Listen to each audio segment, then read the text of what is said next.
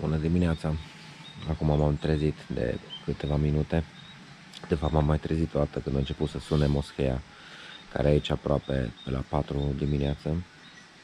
Scuzați-mi vocea, o să beau o cafea, dar am vrut să vă arăt înainte un pic locul în care m-am cazat și priveliștea. Cred că o să avem parte de un răsărit cât de cât decent.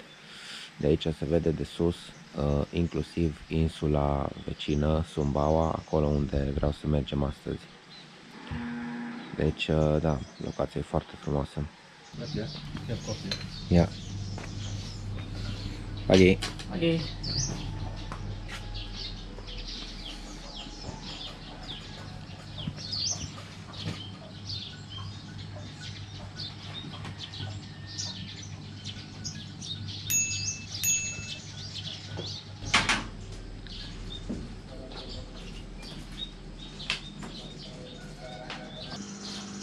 Kamu tuh yang beda kali adik kelas, karena Gara-gara apa ya? Hah? Gara-gara apa ya? Ibu tahu ya ada masalah.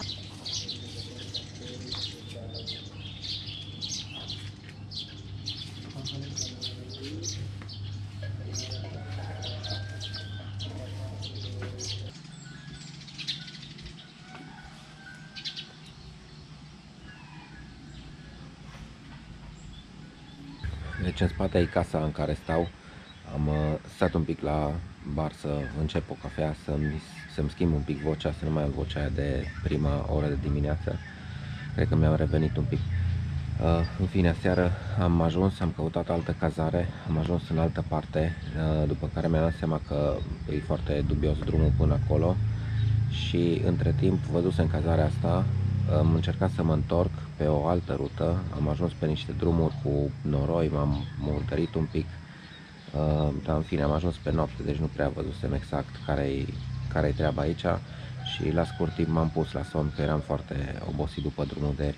Ieri am făcut vreo 150 de kilometri cu toate ocolișurile de la sfârșit, probabil vreo 160, hai să zicem, să nu exagerăm.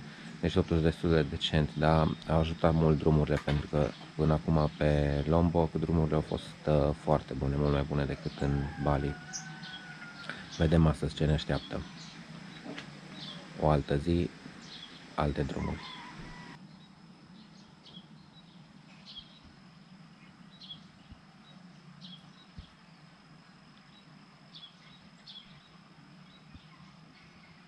Le pune și muzică de la moschee, e o melodie veselă în care zice Al-Quran, Coranul, Al-Quran, Coranul.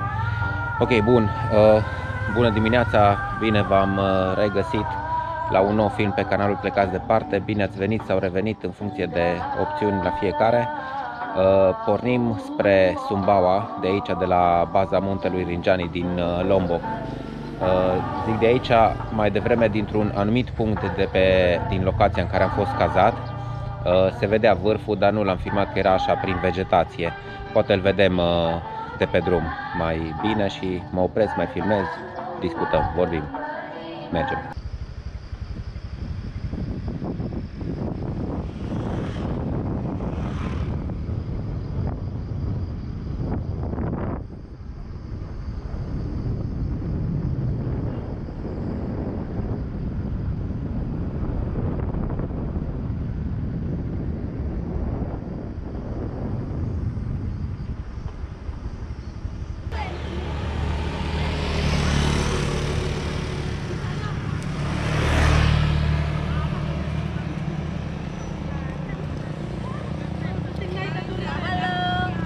Halo.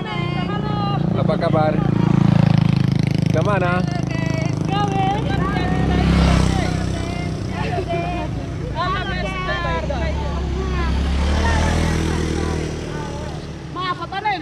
Ha? Halo.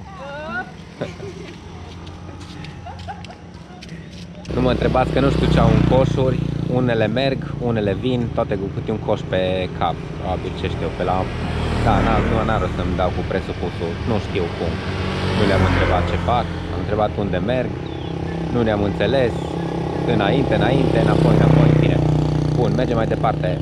O să mă mai opresc pe drum de câteva ori, că m-am uitat acum la ceas, e 7:30 dimineața, am plecat mai devreme decât ieri, deci este, teoretic ar fi timp suficient. Am mai oprit încă o dată să vă arăt unde ar trebui să se vadă Rinjani, care într-adevăr s-a ascuns complet în nori. Acolo, în direcția drumului deasupra. Noi am venit din partea aia aseară aproape azi noapte, prin nori, de undeva de la nivelul norilor acum.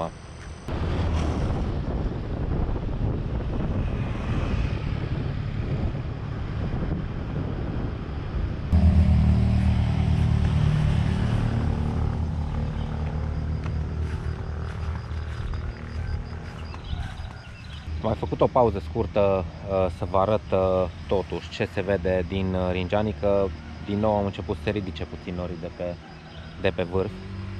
Acolo e Rinjani, poate se vede ceva. În valea asta, coborârea de la Sembalun către vestul insulei e plină de terase din astea de orez și sate presărate aici colo cu câte o moschee în mijloc. E destul de frumos așa peisajul.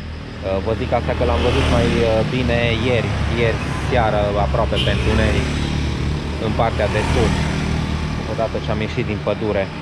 Numai că în momentul ăla eram un pic preocupat cu găsirea cazării pe care n-am mai găsit-o și da, să nu rămân noaptea pe drum, noapte care m-a prins într-un final. De asta nu m-am prea oprit să filmez atunci.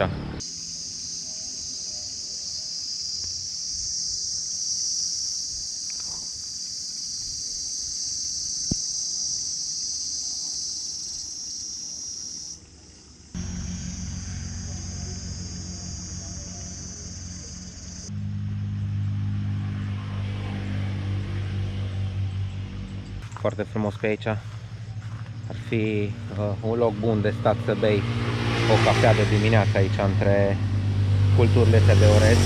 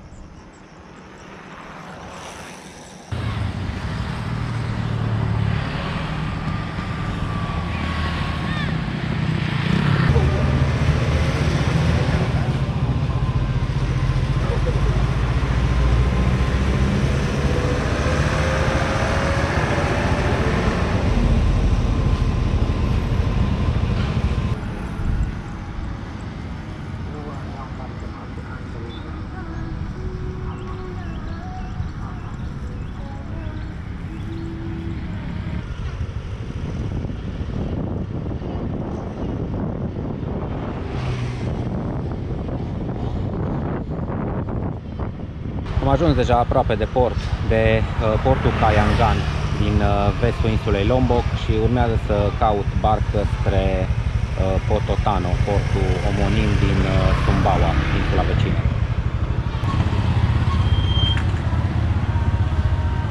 Am ajuns la port. Teoretic 75.000 ar trebui să mă coste un om și motocicleta, scuterul.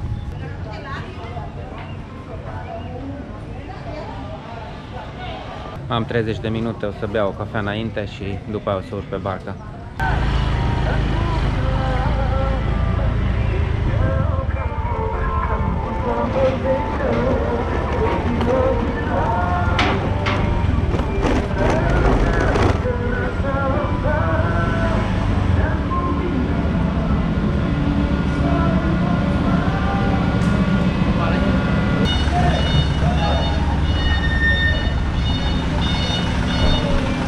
Gata, am rezolvat-o cu scuterul. Deci teoretic ar trebui să dureze între o oră și 2, că am întrebat în 2-3 locuri și mi s-a zis o oră și un pic, 2 ore, aproape 2 ore, deci mai multe variante. Dar vedem.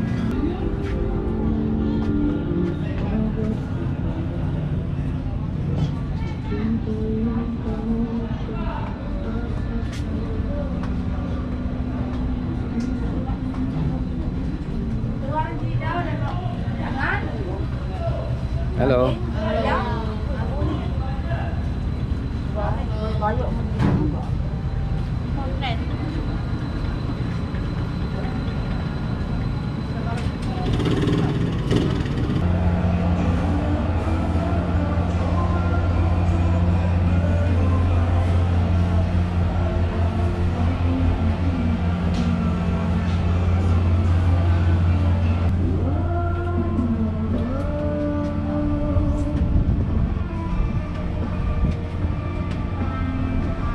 capitanului îi plac florile, se pare că. Văd aici două șezlonguri și asta va fi direcția în care mergem, adică asta e fața bărcii. Nu mai știu care termeni e marinărești pentru prora, pupa, cred că pupa e față, dar în fine, nu contează acum. Mai filmez pe aici și vedem așa din mers ce se întâmplă, că trebuie să omor 2 ore cumva. Am greșit și aici e o cabină, deci ferry-botul ăsta poate să meargă cu ambele capete, deci nu are față sau spate. Aici e o cabină și dincolo în spate e altă cabină.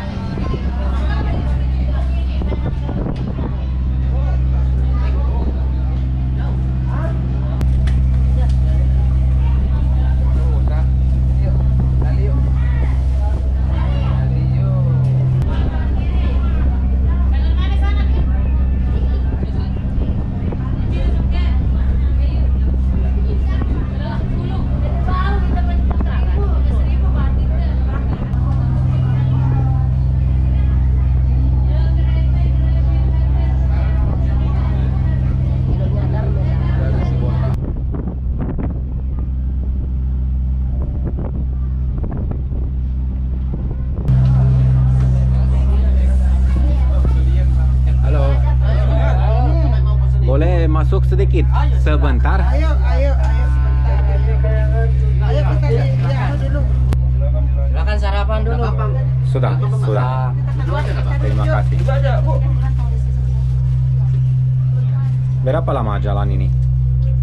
Perjalanan kita sandar sampai sandar kurang lebih 2 jam sampai kita sandar. Kurang lebih 2 jam.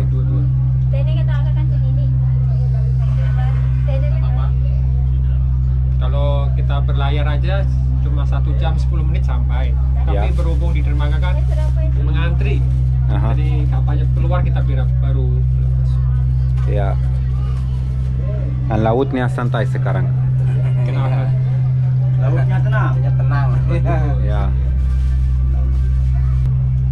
Ini jurumudinya, Mister. Kita ngalek.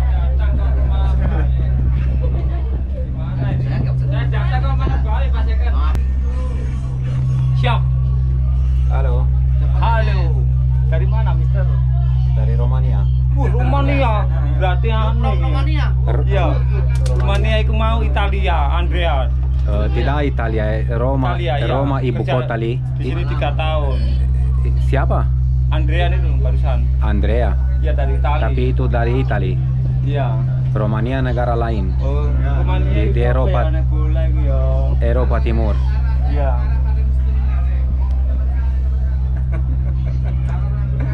Kemana, Mister? Ke Sumbawa. Sumbawa. Ia. Keliling sedikit. Aici au fost mai de treabă oamenii din echipaj, m-au lăsat să intru în cabină, nu neapărat că stau aici, dar m-am mai povestit, am schimbat 2 vorbe cu ei. Ini sambelnya, Mister. Sambel. Ah, Makasih ya. Petis. Di anu, bulayanya memang mana? Sate bulaya. Sate, bulaya. Gulaya, Pulaya, Bulaya. Biawak. Bulaya. dan Bercanda sate. Biawak. Ininya, satenya dimasukkan sini, diputer-puter. Yang sate dimasuk Iya. ya. Ok. Hot, Ia, hot. Deci ăsta se desface așa.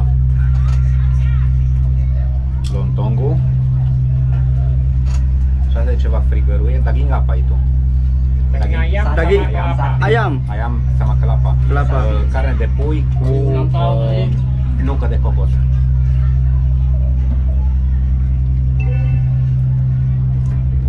Lazis. Enak. Good. Makasih.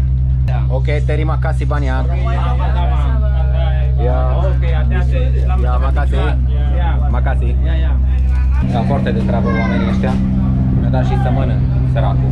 Se vedea pe mine că mi-e foame.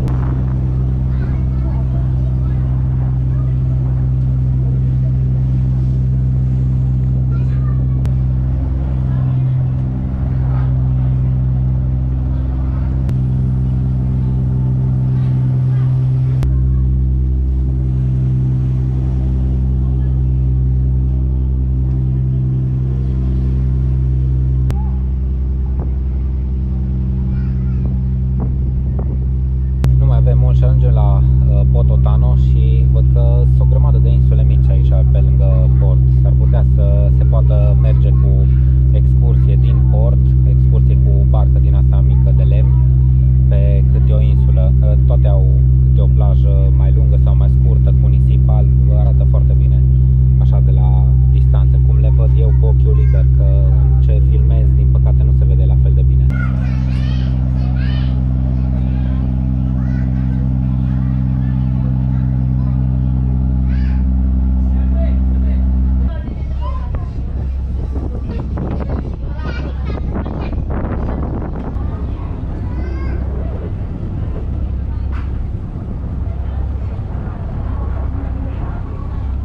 Din câte văd aici în port sunt numai două locuri de acostare, îndocare, două pontoane, cum să le zic, unde se poate conecta barca de port. Și acum așteptăm de vreo 20 de minute în larg să se elibereze un loc să intre feribotul ăsta și să coborăm. Imediat avem o oră de când stăm aici în larg și a început din sud să sufle un vânt destul de puternic și foarte răcoros, are așa un miros a ploaie. S-ar putea să vină ploaia, chiar dacă nu-mi doresc chestia asta, dar asta este, se mai întâmplă. Uneori mai pierzi, alteori mai nu câștigi.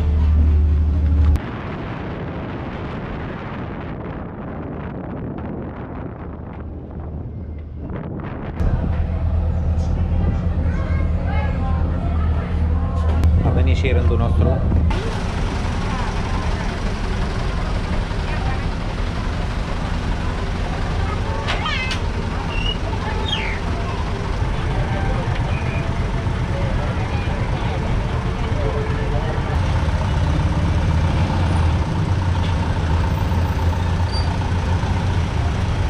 Și am ajuns în Pototano, portul din vestul insulei, Sumbawa.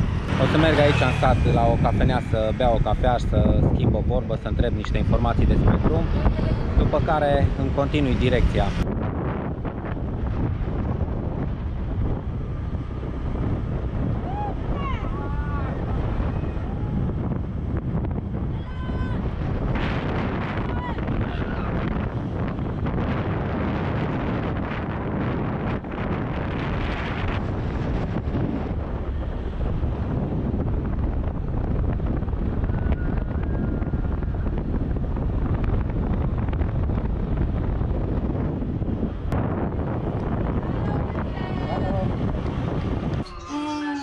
Hello, hello.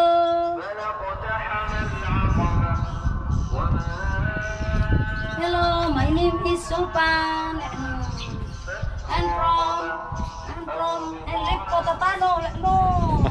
Nah, hello. Ia că cel dia malu, mungkin.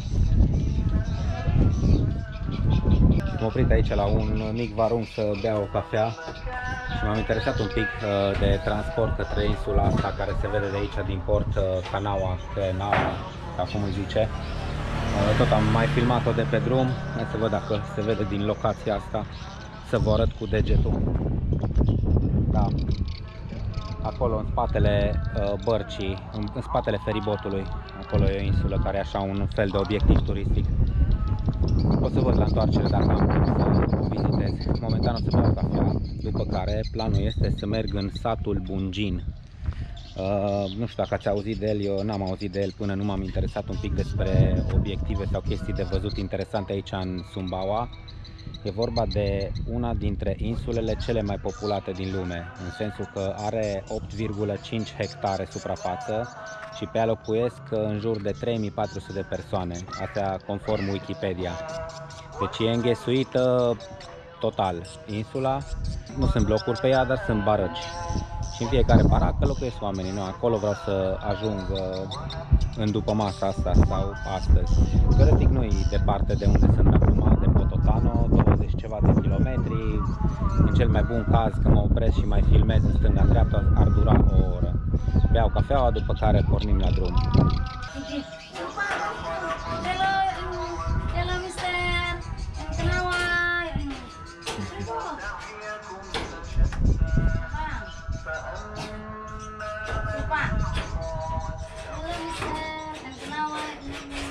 Vorbește maica pentru el, dar cred că nici nu știe să lege două cuvinte copilul. Nu? Da. Timur. Timur? Timur Leste. Ia? Serios? Mandi ke laut terus. Ini. Makanya hitam bergelora. Ah. Makanya orang bilang kayak Timur Leste. Ya, karena lebih hitam. Iya. Hello. Nah. Mister, ada uang kecil beli gorengan, mister? Deci Bungin îi zice la satul respectiv, nu Bungin. Bungin îl citim noi de pe hartă, dar am uitat. Regula e că îl citești cu GH, Bungin. Acolo mergem. Numai să-mi termin cafeaua. Ăștia toți se uită aici la mine. O să întorc rapid camera să-i vedeți.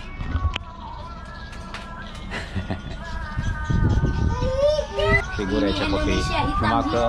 Numai că tot ce citipa doamna, mămica la 2 dintre ei sau unul cel puțin, tot zice de bani, că să le iau chestii, în fine, nu-mi place personal semi-cerșitul ăsta. I-am zis că eu nu-mi cumpăr nimic, că nu-mi foame, dar că cumpără-le lor, că nu știu ce. În fine, mai stau un pic și după aia mă direz. Practic mă forțează să plec, aș mai fi stat.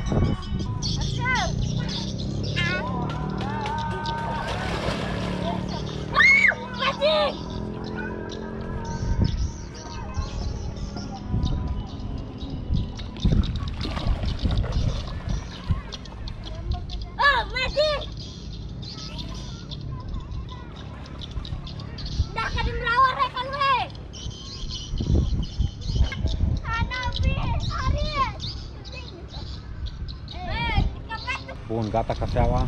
Hai să pornim, să vedem Sumbawa.